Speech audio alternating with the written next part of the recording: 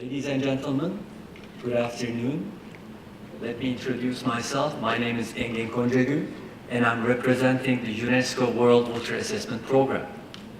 We are really thrilled to seeing you, the audience, coming to listen to this session right after the lunch, which was really attractive with all the good food and dessert. So probably for some colleagues, it might be a bit difficult to get away from the good food. Probably some of them are still enjoying the food and will join us later. This particular session is about the World Water Development Report, the United Nations World Water Development Report, which is the flagship publications of the United Nations system. UNESCO World Water Assessment Program is coordinating the production of this flagship publication in close collaboration with the members and partners of UN Water. Since 2003, we are producing the World Water Development Report, and now it has become a trademark, a well-known report in the field of freshwater resources.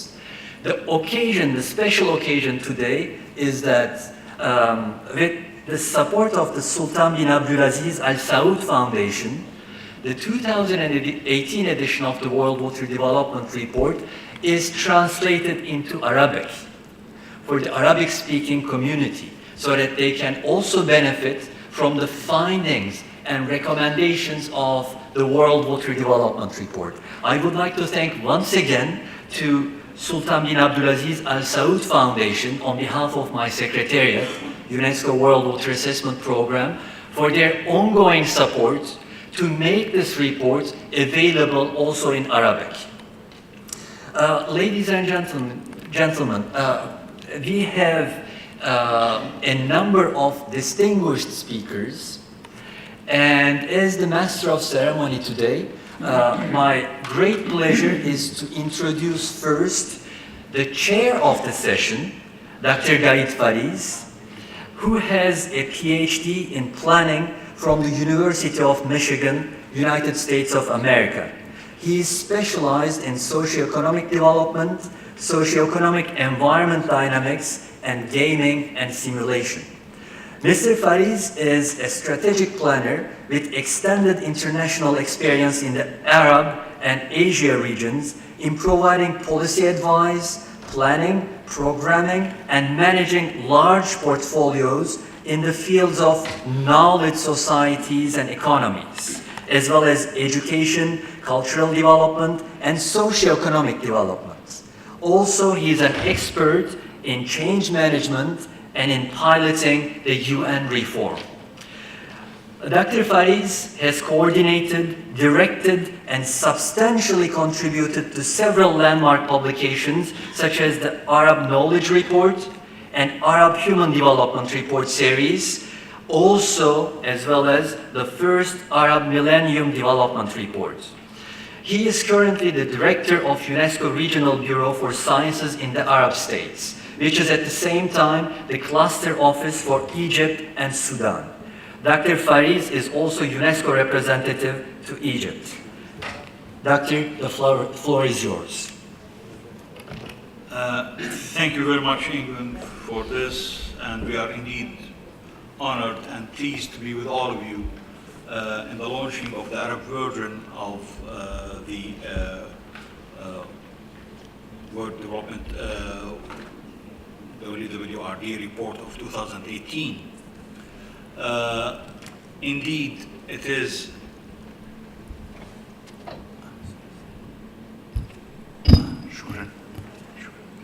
Indeed, it's a pleasure and honor to have to be with all of you in launching this Arabic version. This is a very important report which has been addressing issues of water and nature-based solutions to water issues in the world at large, is quite important and quite timely. In many cases, we as human communities, as human societies, have been addressing water from economic point of view, from social, from technical point of view, from all angles. However, In many cases, it seems we have forgotten or have paid less attention in our current time to the nature-based solutions, to how we can be in full harmony and in full sync, and to synchronize all our efforts along with the natural, shall I say, cycles. Our ancestors, grandfathers, particularly in this part of the world, knew how to manage water resources in an effective and efficient manner that was basically in harmony with our climate, with our environment, with our surrounding environment, and in that way, they managed to get to sustain the resources of water and to actually meet their requirements in a quite effective and efficient manner. We understand that we are not anymore, we are much more in numbers now, and we are much more in terms of, our quality of life, types, standards of living, etc., and we are definitely consuming water. And I'm not undermining the importance of technical, social, economic, all kinds of solutions.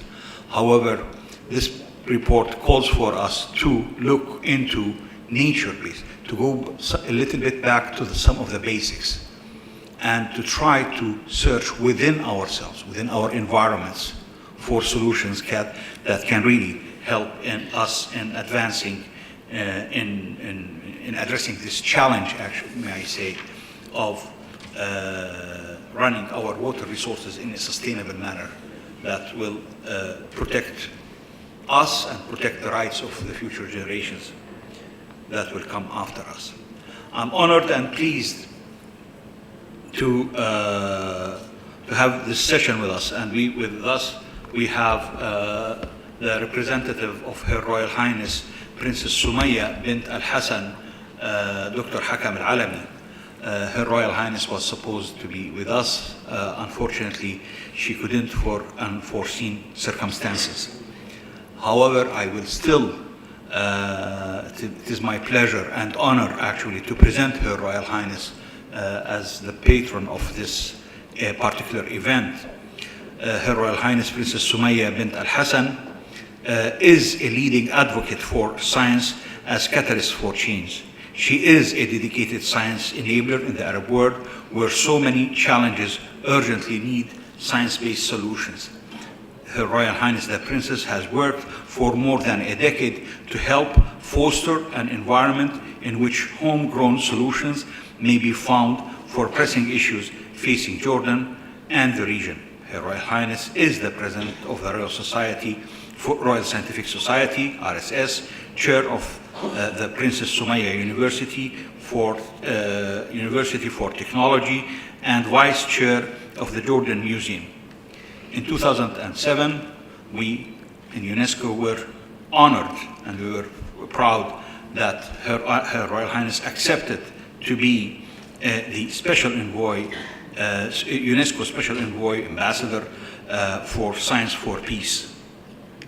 This unique honor recognizes Her Royal Highness's efforts to combine science and research with cultural heritage to foster peace, opportunity, and prosperity.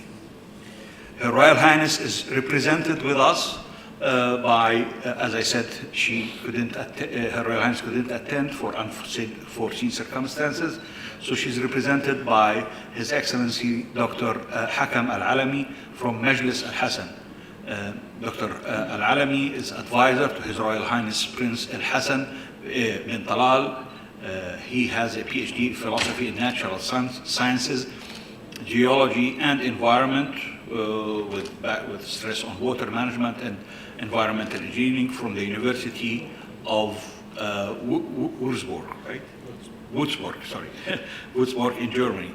He is currently advisor to His Royal Highness Prince Al Hassan bin Talal on water and sanitation, consulate in water and sanitation with an extensive experience in water resources management and environmental impact assessment.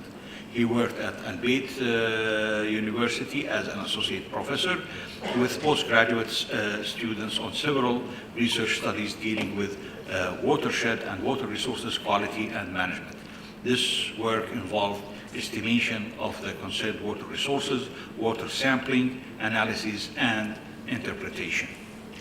With us also, we are honored to have with us Engineer, His Excellency Engineer Ali Subh.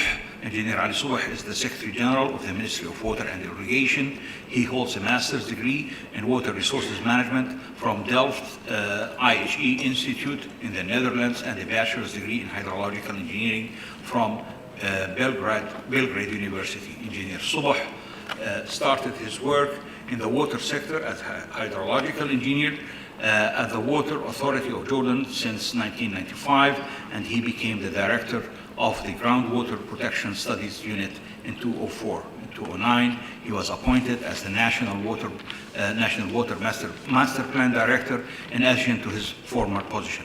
At that time, he was awarded Employee Excellence Certificate. In 2011, he was appointed as SGA for Technical Affairs when he became SGA for Strategic Planning after restructuring of the ministry in 2014. He has been appointed as the Secretary General of the Ministry of Water and Irrigation in Jordan in December 2017, which is the position he is currently holding.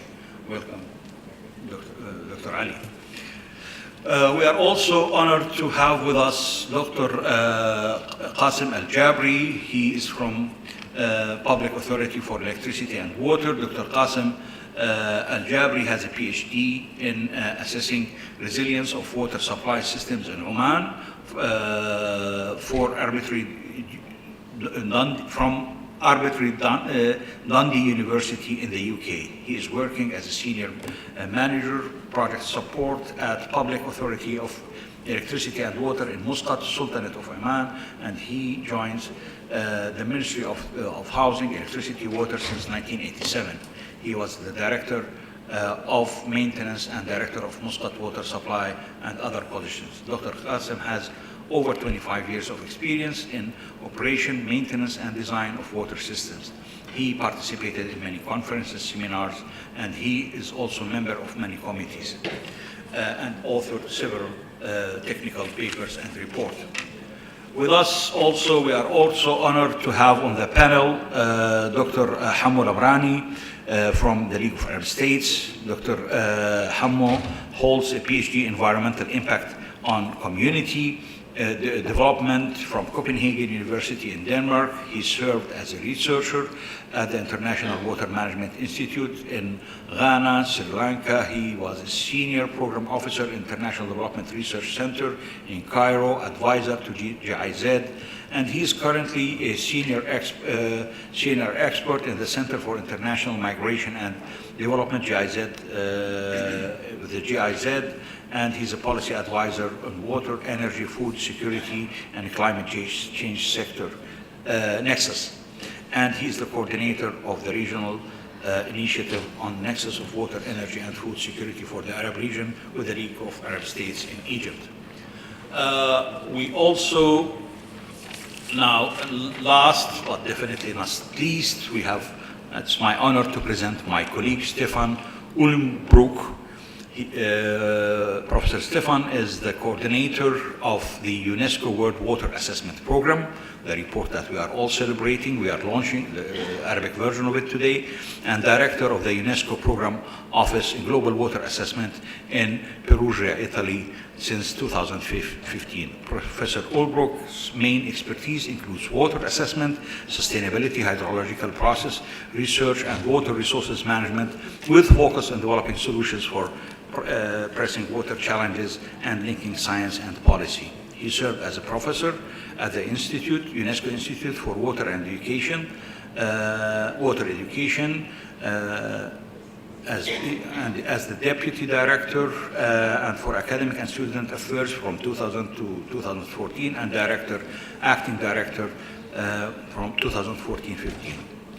Professor Ulmbroek obtained his PhD and habilitation hydrology at the University of Freiburg in Germany, and is a professor for experimental hydrology at the Delft University of Technology in the Netherlands.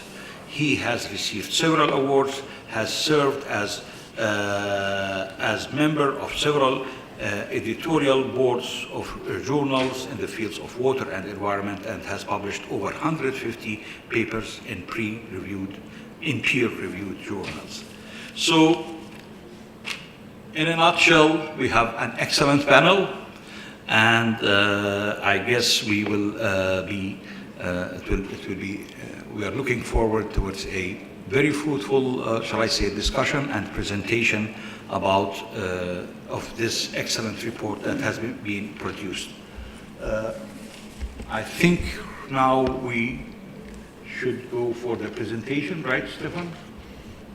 Speakers. Yeah, the speakers first. Sir. Distinguished panelists. Yeah. So now we just start with, yeah, please, sir. Distinguished panel, Excellencies, ladies and gentlemen, good evening. Her Royal Highness Princess Sumaya bint Al Hassan, President of the Royal Scientific Society and Special Envoy for Science for Peace for UNESCO, regrets not being with you on this occasion and has asked me to welcome you all for the 5th Arab Water Week. It's a great honor for Her Royal Highness Princess Sumaya bint Al Hassan to be a part of this event to mark the launch of the Arabic language edition of the United Nations World Water Development Report 2018. This is indeed vital reading for all of us who are concerned with our world's most precious resource. For we all have a responsibility to better understand our water challenges and to work together to find solutions based on equity, respect, and, of course, good science. Today, we celebrate this key publication from the combined United Nations system on the state of our global fresh water supplies, which has been produced since 2003 by UNESCO's crucial World Water Assessment Program. This is only the second time that the report has been published in Arabic, thereby giving access to a significant portion of Earth's population who have a better appreciation than many of the precious nature of water and the increasingly precarious predicament of its purity, management, and supply. We are indeed grateful to the Sultan Abdulaziz Al Saud Foundation for its support for the translation and for its great commitment to bring into Arabic so much vital scientific and environmental information. They are indeed acknowledging a thirst for critically evaluated research and opinion that we can see throughout the Arab world. The series of World Water Development Reports is increasingly and acutely relevant to our Arab region and will become ever more so as we progress through this 21st century. A rapidly increasing population, the challenges of multiple and massive migration movements, the deterioration of natural and environmental resources, climate variations, and other factors have all contributed to placing unprecedented pressure on our water reserves and our water security. But we must not let the narrative write itself. Indeed, we must not drift towards despair, fear, and conflict as the inevitable challenges posed by our water issues continue to mount. It has been said at many times throughout history and in so many languages that water is life. This is an eternal and universal truth. Therefore, to respect life and to value the others, we may only view water as an element of peace, a common need and a shared right that helps to define our strength as a human family. To make this enduring reality and to ensure that our collective management and use of water may propel us towards a cleaner, fairer, and more durable future, we must acknowledge and deploy some of humanity's greatest gifts, innovation, engagement, and community. We must ideate and create a future that we all deserve. Ladies and gentlemen, the United Nations system truly represents the best forum that we have to innovate and to act together. Indeed, the Sustainable Development Goals are a prime output of that critical and collegiate structure, for they require regional and global cooperation in all aspects of development. In order to build that better future, of course, includes those related to the generation, dissemination, exchange, and beneficial use of scientific knowledge for peace collaboration. And this is at the very heart of UNESCO's vital mission. UNESCO provides a nexus of dialogue and engagement, where the concept and practices of science diplomacy may transcend the mere transfer of knowledge to encompass fostering strong scientific partnership between equally equipped and engaged partners who may work together to support and empower well-informed policymaking at national, regional, and global levels. In this region, as in many other regions, we urgently need the spirit of regional and interregional cooperation if we are to adequately address the complex water challenges that we must inevitably face together. UNESCO continues to strive for collaboration and research on these issues. Indeed, it was at this very convention center less than 15 months ago at World Science Forum 2017, of which Her Royal Highness Princess Sumaya bint al-Hassan was proud to be chair, that UNESCO launched a regional science diplomacy initiative to facilitate the establishment of a stronger, more cooperative, equitable, and sustainable water compact. UNESCO's coordination of the World Water Development Report on behalf of all UN agencies and other stakeholders is indeed a major undertaking that brings together an impressive array of UN experts working together with those from around the world in order to throw focus onto critical water issues and to create shared knowledge. The World Water Development Reports are central to informing member states of the vital role of scientific knowledge in the formulation and implementation of sustainable water policies. The 2018 report has a particular focus on nature-based solutions for water, otherwise known as green solutions, which are inspired and supported by the natural world.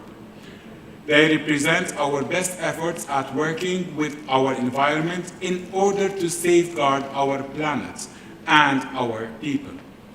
The report seeks to inform and inspire policy and decision-making processes about the great and largely untapped potential of these green solutions to address various aspects of current and imminent water-related challenges, notably in terms of food and energy security, sustainable cities, disaster risk reduction, improving water quality, and maintaining healthy ecosystems. Indeed, as we recover our composure after the devastating floods that hit Amman and elsewhere in Jordan just this week, and remember all those who have lost their homes and many memories in the aftermath, and as we consider the beautiful but endangered Dead Sea just a few meters away, we cannot deny the immediacy and immensity of our water challenges. Her Royal Highness is delighted to note that we can point to some successful and inspirational examples of this philosophy in practice in our region, not least the restoration of traditional hima systems in many countries, including Jordan and Saudi Arabia, Constructed wetlands, which are another cost-effective example of nature-based solutions, are also being used in Egypt and Lebanon to partially treat wastewater, to improve water quality, and to reserve environmental degradation. It is disappointing, however, to note that the report illustrates that our global ability to work